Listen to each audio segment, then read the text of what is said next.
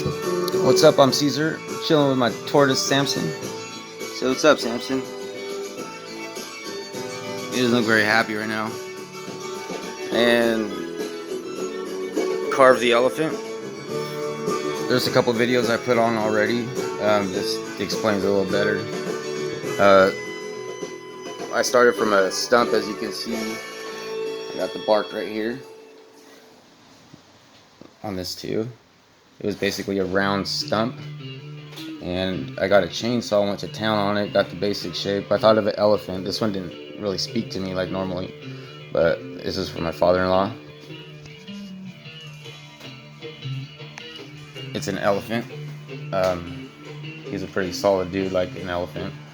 He's old like an elephant, and he's smart like an elephant. And I thought I'd make this for him. It's pretty solid. People walk by it and pat it, like I said. And I got inspiration from this guy for the back legs. If you can see,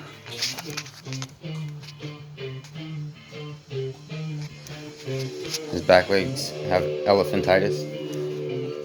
And yeah, I'll just carve away at this thing. You guys can check it out. It's pretty fun. Just listen to music and chill.